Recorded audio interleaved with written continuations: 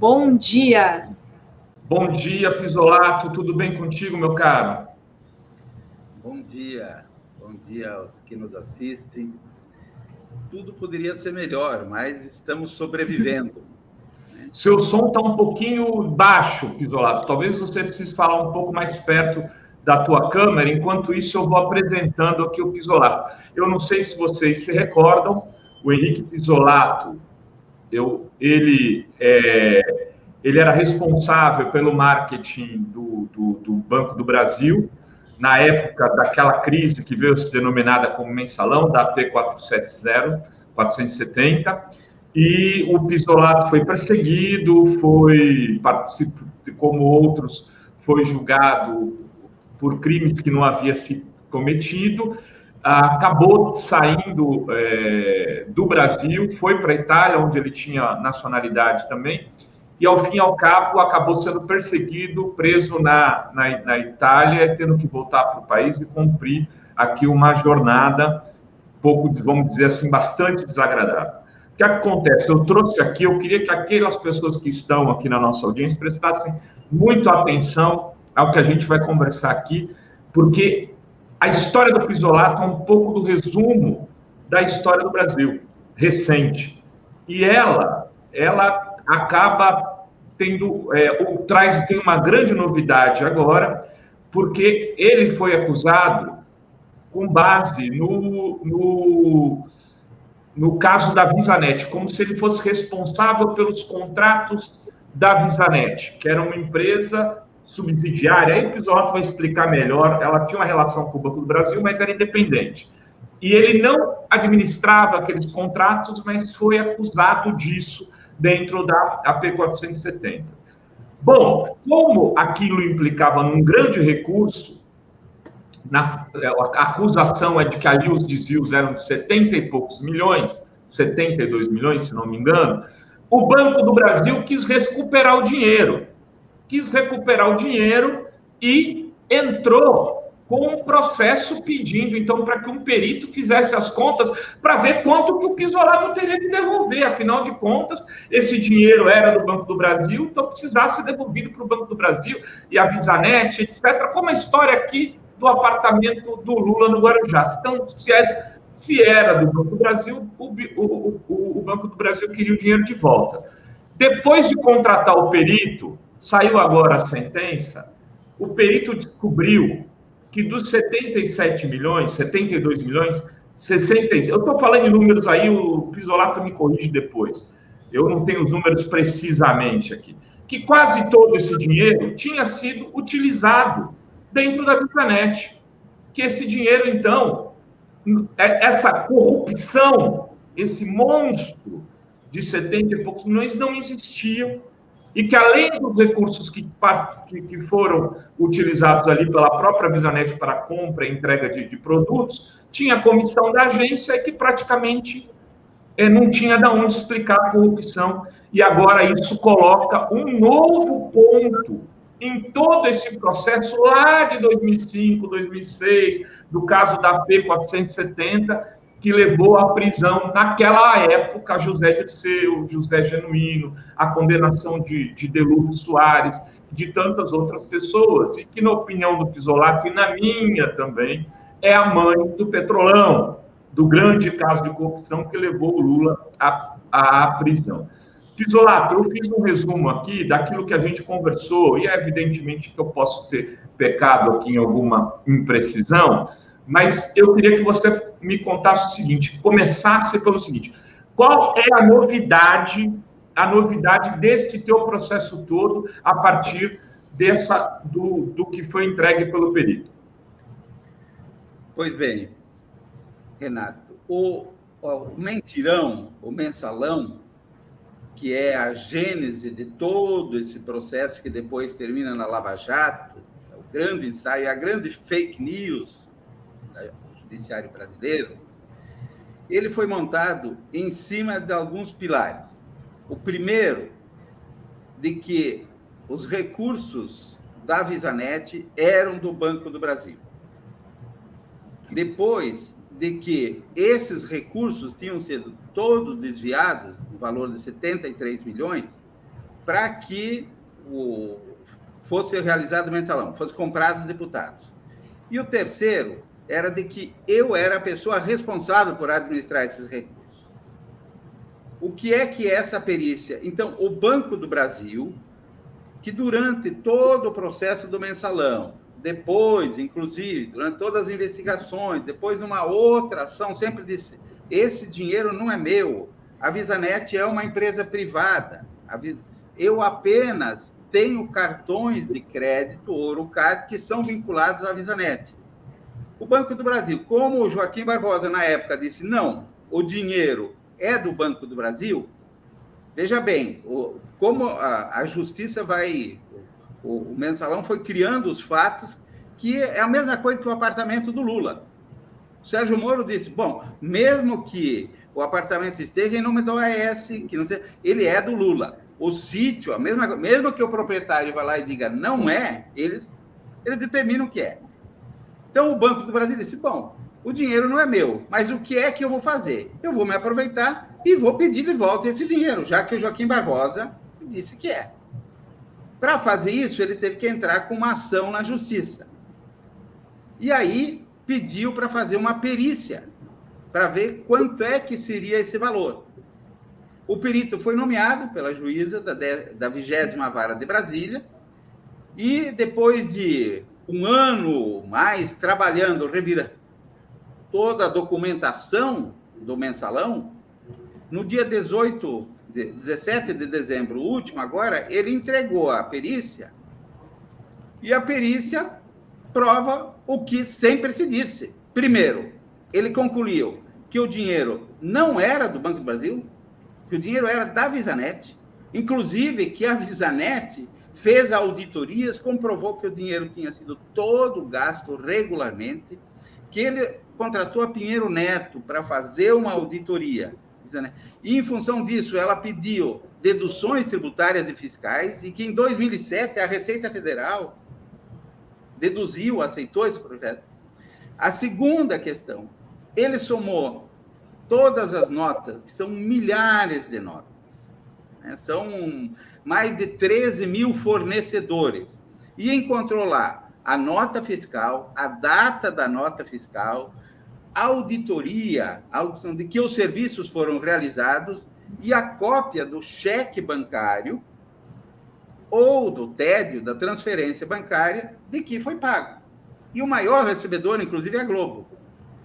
Foi o que mais recebeu. Então, lá as notas fiscais, que o Joaquim Barbosa, inclusive, chegou a dizer na época que eram frias. Então, na realidade, nós teríamos, assim, desde os atletas de vôlei, os eventos esportivos do Banco do Brasil, tudo aquilo não teria acontecido. Quer dizer, é um negativismo. Veja como as coisas vão se construindo. Então, o perito provou, não, olha, tem 66 milhões e 500 aqui de notas fiscais, com a data da nota fiscal, o número da nota fiscal, o comprovante de que tudo foi entregue corretamente, e mais, que foi pago na data correta. Está aqui a cópia do cheque, quer dizer que não resta nenhuma dúvida de que esse dinheiro foi aplicado corretamente, que corresponde ao que já a auditoria do Banco do Brasil tinha dito, e o Joaquim Barbosa não quis acreditar, o que a VisaNet tinha dito. E aí ele diz mais uma coisa, o perito. Diz, olha, o Pisolato não tinha nada a ver com esse dinheiro.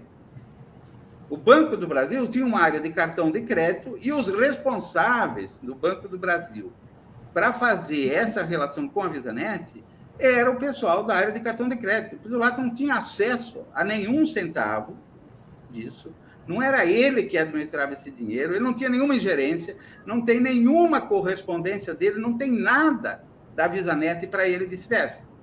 Só que nesse período, o que aconteceu? Eu fui condenado por desvio de dinheiro, você disse que o dinheiro era do Banco do Brasil, que o dinheiro não tinha sido utilizado, que eu era o grande responsável, como se eu tivesse sentado em cima de uma sacola de dinheiro.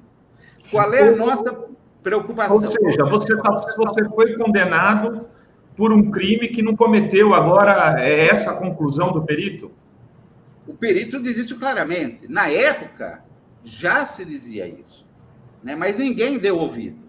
Quer dizer, o Brasil inaugurou com o Joaquim Barbosa a criação, a adoção da mentira como um processo de que você, dizendo 99 vezes, né, a moda Goebbels, Hitler, ela se torna uma verdade, e aí a mentira, com o apoio da mídia corporativa, ela passa a ser o fato. E isso foi o grande ensaio para a Lava Jato. Porque, veja bem, o que é? O dinheiro não era do Banco do Brasil, foi dito e decidido que o dinheiro era do Banco do Brasil. O dinheiro tinha sido gastado corretamente, foi decidido e condenado, dizendo que o dinheiro não tinha sido gasto. E o culpado, eu não tinha nada que ver e virei culpado. Olha o que fizeram. O apartamento não era do Lula. O Sérgio Moro disse, e não adianta você apresentar documentos. Aí, o Lula não tinha nada que ver, né, com a relação com a OAS, mas ele virou o culpado. Quer dizer, o mensalão, ele gerou no Brasil essa cultura de que você fabrica fatos, a mídia repercute isso e a justiça condena. Esse documento... E o que aconteceu? Para vocês terem uma ideia. Quando se fez a denúncia do mensalão, né, o ministro Joaquim Barbosa pediu para fazer uma perícia judicial. Na realidade, antes disso, foi feita uma busca e apreensão na VisaNet, e em cima desses documentos foi pedida uma perícia judicial. 3 peritos do Instituto Nacional de Criminalística reviraram os documentos da VisaNet e geraram o laudo 2828. Uma das perguntas que o Joaquim Barbosa fez para os peritos responderem era quem eram os responsáveis do Banco do Brasil na relação da VisaNet. Além de outras perguntas. Os peritos responderam.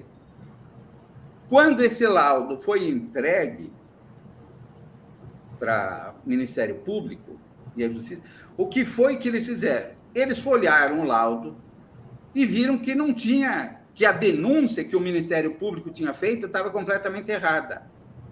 Eles fizeram um ofício com um parágrafo, escrevendo simplesmente: encaminho a Vossa Senhoria o laudo 2828 do Instituto Nacional de Criminalística, né, em que pese a necessidade da leitura na íntegra, fica demonstrado de que o ministro Luiz Gusquem e Henrique Pizzolatto desviaram dinheiro da VisaNet e do Banco do Brasil.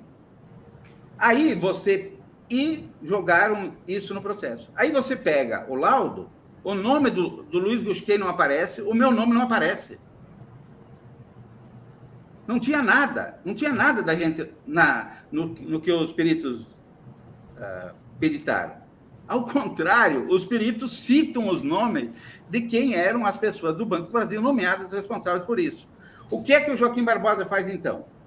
Como o processo estava em andamento, em 2007 ele iria para ser aceita ou não a denúncia, ele esconde esse laudo e decreta segredo de justiça.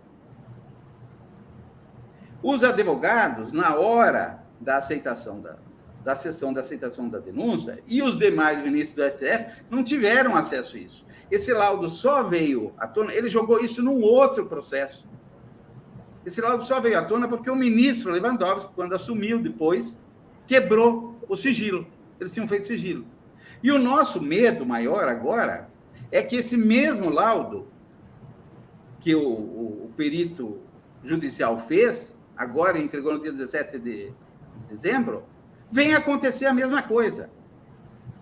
Que seja escondido. Por quê? Porque eles querem manter essa versão. No Brasil se criou essa metodologia, né? E, por sorte, o Vaza Jato começou a trazer à tona, né?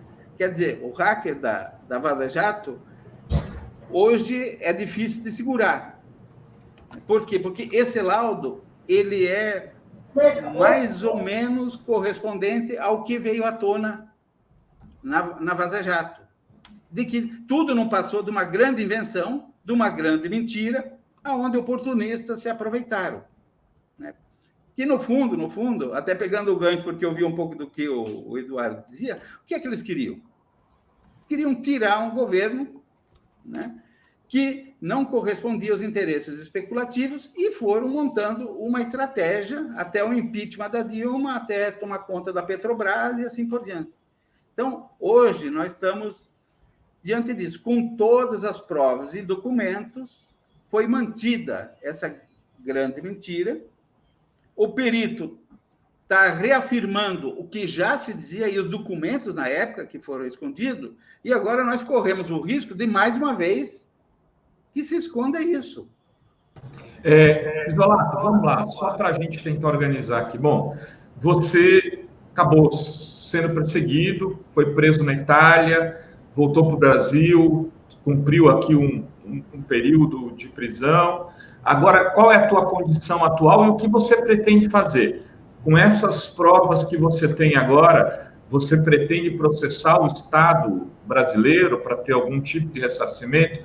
O que você pensa em, junto com os teus advogados, em fazer para restabelecer, primeiro, aquilo que você está fazendo aqui conosco, restabelecendo um pouco da verdade dessa história, né? Acho que essa entrevista que você está concedendo aqui para o Fórum 11h30, para o canal da Revista Fórum, já é colocando alguns pingos nos is.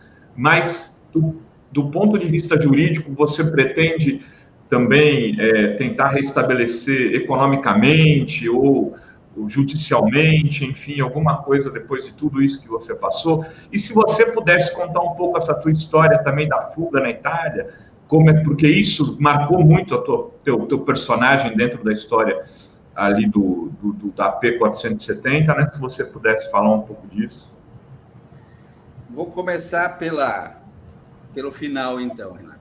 Na realidade, eu tinha uma expectativa, diante de todas as informações e do conhecimento da injustiça e da mentira que era o mensalão, que houvesse resistência. Conversei com vários companheiros, dizendo, olha, nós vamos aceitar isso como fato? Nós vamos assumir que a sociedade brasileira seja enganada desse jeito, que a justiça faça isso, e que isso se faça em nome da justiça? Num primeiro momento, eu recebi alguns sinais positivos de alguns companheiros que estavam sofrendo, né, das mesmas mentiras no mesmo julgamento. Porém, ao final, eu percebi que eu fiquei sozinho. Eu só tinha, naquele momento, ou eu me entregava, né, e engolia isso como se a mentira, a injustiça fosse uma coisa normal e aceita na sociedade, ou eu resistia até a última gota. E como desde a época de estudante eu era leitor e fã do Mário Benedetti, que é autor daquele famoso poema Não te rendas, não te rendas, eu não vou me render. Aconteça o que acontecer comigo, eu não posso me entregar a isso. Eu não posso ser cúmplice dessa mentira. Isso não pode ser uma coisa normal. Por quê? Porque, além dos danos para mim, pessoalmente, para toda a minha família, isso vai ser um dano para o país. Isso vai ser um dano para a sociedade. Isso vai destruir as instituições. Porque a verdade um dia vence. Mesmo que o Papa diga em 1400 que a Terra não gira e que ameace o Galileu Galilei, a história vai provar que a Terra gira. O mundo dá voltas. E agora, o que eu estou querendo? Eu estou querendo que se restabeleça a verdade. Eu não quero grana, já acabaram, minha família foi destruída, meu pai morreu nisso, minha sogra, já fizeram tudo o que era, o que se podia fazer, todos os desmandos, eu vivi toda a barbárie. Eu sofri nessas prisões, eu sofri e testemunhei o que há de mais primitivo e animal você possa imaginar no ser humano. todos os desvios de caráter, todo o sadismo, todas as doenças mentais, todas as frustrações que são descarregadas como um motivo de vingança ou ódio, né? Esse contágio de ódio que o Brasil vive hoje, essa intoxicação do ódio, ela começou com Joaquim Barbosa, gente. Era o Joaquim Barbosa com uma capa, encenando para o Brasil inteiro, com um grande megafone, ameaçando, mandando calar a boca, xingando todo mundo, como se aquele fosse o método de administrar, de resolver, de fazer justiça. Meu Deus do céu!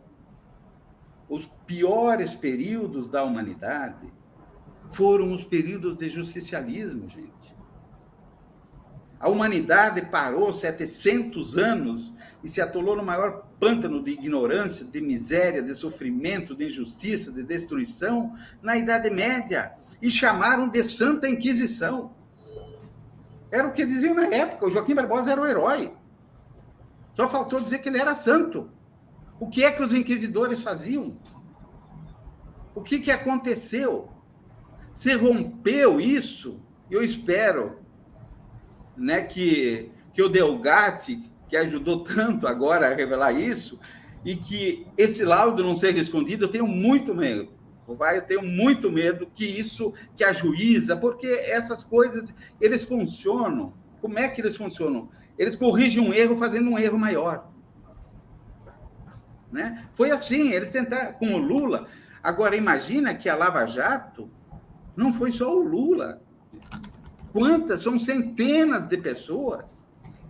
Eu conheci, inclusive, convivi com alguns na Papuda que estavam lá, dentro dessa operação, que foram completamente destruídas, foram massacradas.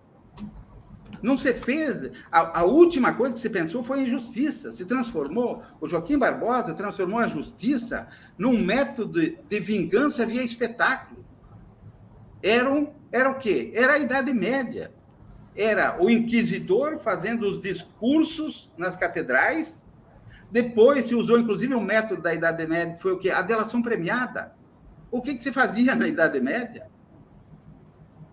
Se denunciava uma pessoa, se não tinha prova, né? Denunciava um judeu que era herege, se não tinha prova, o inquisidor divulgava que quem quisesse testemunhar tinha direito a 20% dos bens do judeu, se desapropriava o judeu, e aí o cara ia lá e mentia, e o povo saía aplaudindo até queimá-lo em praça pública, ou esquartejá-lo. Se uma mulher descobria uma erva que pudesse ajudar o servir de amparo anticoncepcional, ela era acusada de bruxa. Né? É a história agora da vacina, cara. O Brasil ficou contaminado, o Brasil está contagiado por isso. E isso começou lá. Então, o que eu quero agora? Eu quero a verdade. Eu não quero, eu vou até minha última gota de saúde lutar para que o Brasil saiba o que foi mesmo que aconteceu. E depois, se alguém quiser saber por que é que fizeram isso, né? Porque o objetivo era pegar o Lula, tirar a Dilma, depois pegar o Lula, mas tem outros objetivos muito maiores. Quem estuda geopolítica sabe disso. E isso foi uma aliança, né, de parte do judiciário com a mídia empresarial que destruiu o Brasil e levou o Brasil ao que nós somos hoje. O que nós temos hoje? Se você comparar o Bolsonaro de hoje, o Joaquim Barbosa, né, é o Bolsonaro. Se ele tivesse no lugar do Bolsonaro, estaria fazendo as mesmas coisas, porque foi o que ele fez. E isso contaminou o país. Esse ódio está dentro das pessoas, que não conseguem. Nós temos que expurgar, nós temos que trazer a verdade à tona para que se expurgue esse ódio e a gente possa viver novamente num processo de reconciliação, num processo de reconstrução, num processo de sinergia, e o Brasil se reencontre. Ô, Bisolato, me diz uma coisa. Na tua opinião, o Joaquim Barbosa é o pai do Moro? Mas, claro, tudo. Rovai, Tudo foi ensaiado ali. Mais do que tudo, tudo se deu a cartilha aí, a ponto que o Moro foi trabalhar com a Rosa Weber depois. Ali foram feitos os testes, ali foram feitas as provas, ali começou a se esconder, ali se transformou a mentira, né? Se transformou em fato. Se o Banco do Brasil, veja bem, existe uma ação em Brasília, né, onde a DNA Propaganda entrou contra o Banco do Brasil em 2007, isso depois da denúncia do Mensalão, dizendo, olha, nós temos direito a uma restituição de recursos, porque nós pagamos a mais de eventos à Visanet, né, com os recursos do Fundo Visanet, porque quem passava o dinheiro para a DNA Propaganda não era o Banco do Brasil. O Banco do Brasil não tinha nada que ver, era a Visanet. A pedido de quem? Da diretoria de varejo, dos funcionários da diretoria de varejo. Aí o Banco do Brasil se defendeu na justiça dizendo o seguinte, eu não tenho nada que ver com isso. Esse dinheiro não é meu. O fundo Visanet é da Visanet. E mais, provou nessa ação de que todo o recurso tinha sido gasto corretamente. Só que daí, em 2012, o Joaquim Barbosa decidiu transformar um brasileiro em chinês. E disse, não, estatizou a Visanet. Disse, o dinheiro da Visanet é do Banco do Brasil. E foi totalmente desviado. E aí o Banco do Brasil disse, bom, já que eu sempre disse que o dinheiro não era meu, né? Que o dinheiro não tinha sido desviado, mas já que o Joaquim Barbosa, já que disseram que é meu, eu vou pedir esse dinheiro. E aí pediu, e dizer, bom, nomearam o perito. E o perito diz, olha, o dinheiro não é teu, como já se dizia desde lá do início. Né? O Banco do Brasil deu aquela do espertinho, né? Infelizmente. Eu, como funcionário, assim, não só pela questão pessoal, me dói na alma saber que o banco tem esse tipo de comportamento. E aí o perito diz, olha, o dinheiro não é teu, está provado, você diz que o dinheiro não é teu. Segundo, o dinheiro foi gasto corretamente. Aqui quem diz é você e a Visanet. Terceiro, estão aqui todas as provas de que o Pisolato não tinha nada a ver com esse dinheiro. Essa é a situação hoje. Qual é a nossa grande preocupação, Rafael? A nossa grande preocupação é que, na surdina, no silêncio, como se fez com o laudo 28, como se fez com uma série de outros documentos na época, isso seja simplesmente some, desaparece, vai para segredo de justiça, ou o juiz dá uma canetada lá por cima, né? Olha as decisões na Lava Jato que os juízes fizeram. Né? Mesmo no mensalão, tem convicção, não tem nenhuma prova, mas tem convicção. Quer dizer, você rompeu completamente todos os princípios da justiça e aí você mantém a mentira. E o Brasil vai, quer dizer, nós brasileiros, mais do que tudo, nós vamos sofrer as consequências disso. Né? Por isso que a minha luta agora não é por dinheiro, não é por nada. Eu não tenho mais muita expectativa de vida, sempre vivi franciscanamente, não tenho mais, já conheci, já provei de tudo. Cara. A única coisa que eu sei com certeza, rapaz, é que eu sou inocente. Agora, o Joaquim Barbosa, eu gostaria que ele provasse a inocência dele. Eu provei minha inocência no processo. Eles esconderam. Agora eu desafio eles que provem a inocência deles. Como está sendo desafiado o Moro, o Dallagnol, que provem a inocência deles. Porque, senão, para que serve a justiça? Que os juízes que daqui para frente tocam, que provem a inocência deles. Porque nós não transformamos, não se criou justiça no mundo para massacrar os mais fracos. A justiça não pode fazer papel de verdugo. A justiça e o Estado existem para proteger os mais fracos. Os mais fortes não precisam. A coisa assim que mais me perguntavam na Itália, porque lá o pessoal acompanhava pela televisão, era como é que no Brasil a imprensa, o Estado e os poderes sempre são contra os mais débeis. Sempre ao contrário, sempre estão do lado dos fortes. É essa a inversão que a gente tem que fazer no Brasil. As instituições existem para proteger os mais fracos e para fazer o que é justo. E eu Zola, tem alguns leitores aqui, internautas, mandando perguntas, comentários. Passar a bola para a Adri, ler um pouco o que tem de interação e a gente já volta contigo. Sim, com certeza. Olha só, Vinícius Curcio diz: Pisolato, você e outros tantos que tiveram suas vidas destruídas não podem se calar. Os depoimentos de vocês, junto com a Vaza Jato, restabelecerão a justiça e a verdade. Enganaram uma nação, força nesta luta. E tem também o comentário da Jaqueline Ferreira: nossa solidariedade ao Pisolato, força para requerer que o Estado indenize por tamanha injustiça. Queria também agradecer Débora Rodrigues, diz: todas as vítimas do Joaquim Barbosa deveriam processá-lo.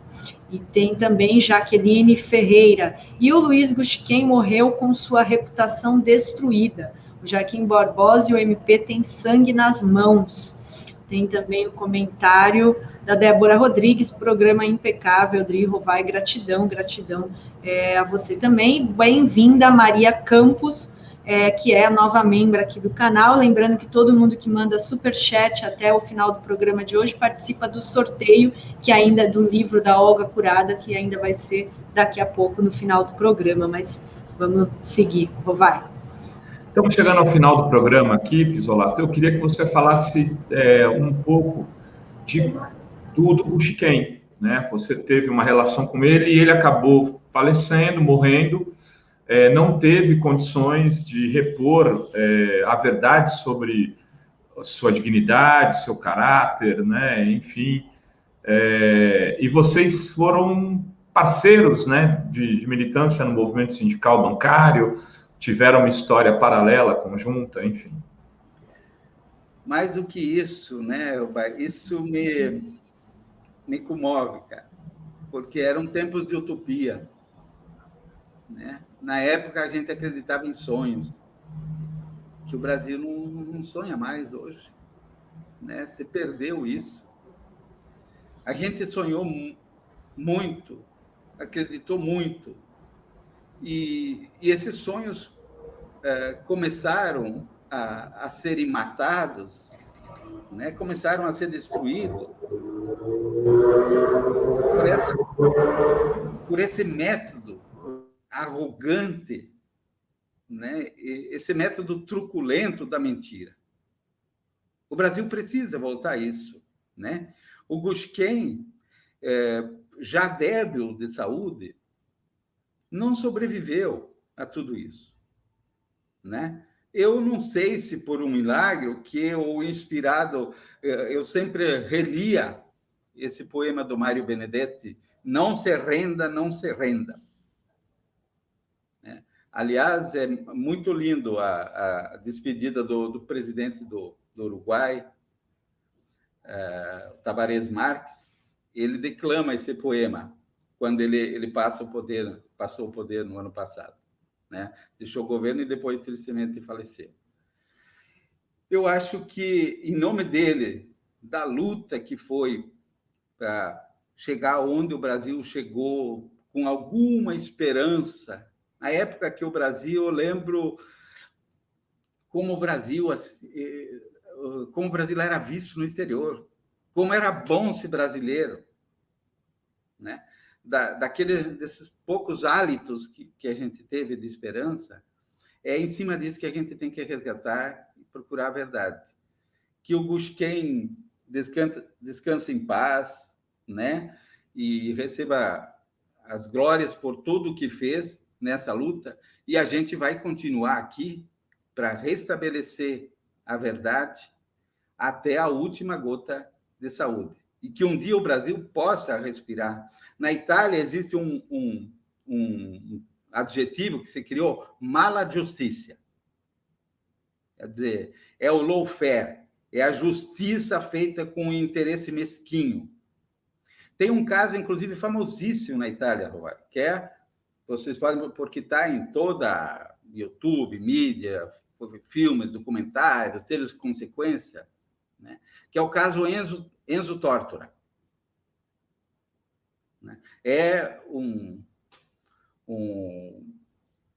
diretor de programa de TV, ele tinha um programa que foi condenado injustamente, passou 8 anos sofrendo nas masmorras, nós passamos muito mais, e depois se chegou à conclusão de que o promotor que tinha denunciado tinha mentido, e a justiça foi refeita e ele foi inocentado. Isso gerou uma lei na Itália, e hoje já repercutiu em toda a Europa, que é a lei Enzo Tortora, aonde se estabeleceu que os juízes e promotores que cometerem atos de injustiça, que mentirem ou forem negligentes com a profissão, respondem civilmente pelos atos. Eles têm que pagar a indenização. Eles têm que pagar, gente. Isso mudou muito a postura do judiciário. Como um médico, se faz um erro, tem que pagar um engenheiro, ele responde pela profissão dele. Aqui, o cara prende uma pessoa. Você veja as matérias que aparecem todo dia, a gente fica 2 anos, 3 anos, prende por nada. O que acontece com o promotor? Não esqueça que para prender alguém tem que ter um de acordo com do Ministério Público. O que acontece com o juiz que responsavelmente destruiu vidas de família? Porque quem foi preso não se recupera mais, ainda mais no Brasil com o slogan bandido bom é bandido morto. A primeira coisa, você é tratado de uma maneira, a tua família é tratada de uma maneira que nunca vai se recuperar do trauma. E depois você não tem como se ressocializar, porque você já está carimbado. Ninguém mais quer, ninguém mais acredita. E o pior, no caso do Mensalão, é que foram anos, cara. Está completando 16 anos. Eu cheguei a dizer outro dia para um amigo, eu não sei se a Idade Média não era melhor, porque ali os caras te condenavam, né? O inquisidor fazia tudo aquilo, o povo ignorante ia atrás aplaudindo e se lascando depois, né? E aclamando, que foi a execração que eles fizeram, e o cara era queimado e morria. Aqui não, aqui eles vão te matando aos poucos. Não é 1 ano, não é 2 anos. Eu passei anos sem poder sair na rua porque eu era agredido. Eu não podia descer no elevador social. O Zé Dirceu foi agredido por um cara, agredido nos corredores do Congresso, por uma pessoa que acreditou numa reportagem da Globo. Como se a Globo fosse o padrão de verdade, meu Deus do céu. Olha o que eles fizeram com esse país. Então, o meu propósito é isso. Até em homenagem ao Gusquem, em homenagem a tantos colegas, né? Porque eu tive, assim, dezenas de colegas no banco que se frustraram tanto. Tem um colega que me acompanhou a vida inteira, ele simplesmente comprou um sítio, que ele já tinha, foi para um sítio em Minas Gerais e se isolou e não quer mais nem saber da sociedade. Tem outro no Paraná, lá perto de Antonina, né? Nem era, inclusive, do banco, era da Petroleiro, disse, eu não quero mais saber. Para mim, a vida já... Fora as questões familiares, né? Meu pai, quando eu fui preso na Itália, né, pela 2ª vez, e o processo, e como foi feito. Em outra oportunidade, quem sabe, eu posso contar o que foi a execução penal. Como nenhuma lei serve. Nenhuma lei assim. Bom, você imagina, por exemplo, que eu fui indultado, né? Está aqui o decreto. Eu fui indultado por um decreto de 21 de dezembro de 2017, valendo a partir do dia 25 de dezembro. indultado na pena e na multa. Porque me deram uma multa, o Joaquim Barbosa não tinha parâmetro nenhum. A lei diz que a multa, ela tem que ser proporcional ao patrimônio. O Joaquim Barbosa me deu uma multa 3 vezes o meu patrimônio, e ele tinha as minhas declarações de imposto de renda. Porque, na época, isso dava aplauso. Aí o Barroso só me indultou agora, no dia 9, 3 anos depois, na pena restritiva de liberdade. A pena de multa, estão descontando da minha aposentadoria. Vocês não têm noção o que é isso. O que se faz com o ser humano nesses porões do judiciário. A minha sogra estava com Alzheimer e começou a passar mal em janeiro, fevereiro do ano passado, em Porto Alegre. Eu já tinha perdido meu pai. Meu pai desistiu de viver. Ele, quando viu o que fizeram comigo, ele simplesmente era uma pessoa saudável, ele desistiu de viver. Aí, no início desse ano, eu pedi 4 vezes ao Barroso: olha, eu preciso ir ajudar minha sogra, meu sogro, que tem 88 anos, em Porto Alegre.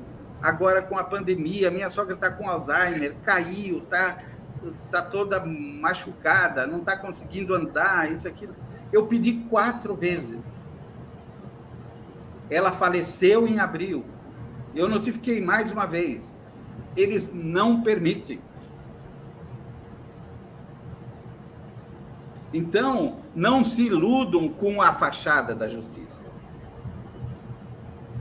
O que o depoimento é muito um resumo de toda o justiciamento que se operou no país a partir de um viés político e para construir um golpe que foi executado em 2016. Né?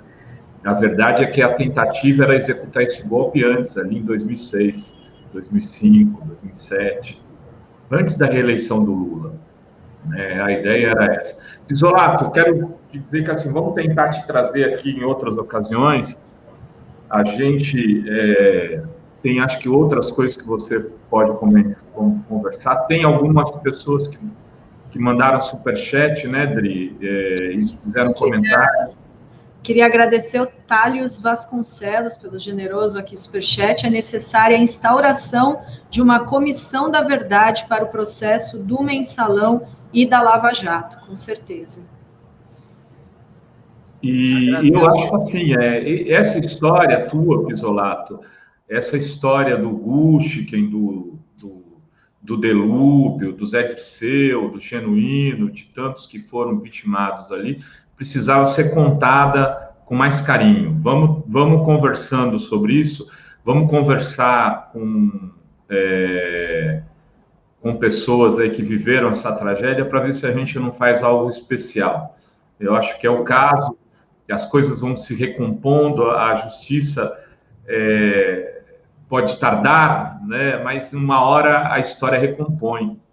Né? Nem que não seja do ponto de vista jurídico, mas do ponto de vista político, do ponto de vista pessoal, as peças têm que ser recolocadas aos poucos no seu devido lugar. Pisolato, muito obrigado pelo teu depoimento, considero um depoimento histórico aqui, e aí uma saudação final, se você quiser, fica à vontade.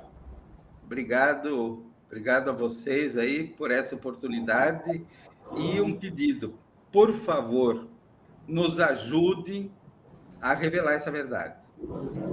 Não nos deixem só. Não permitam que a justiça continue fazendo erros, continue encobrindo as verdades. A gente tem muito medo que a 20ª Vara de Brasília dê um sumiço ou arrume qualquer artifício para esconder esse laudo. Porque, ao contrário do Vaza Jato, que não tem, né, mas como apagar o Delgatti, um papel você some. E a gente viveu isso. Quando o meu advogado disse, na sessão de julgamento, diretamente para o Joaquim Barbosa, o Pisolato não era o responsável. Quem assinava os documentos era fulano e fulano. Está em vídeo.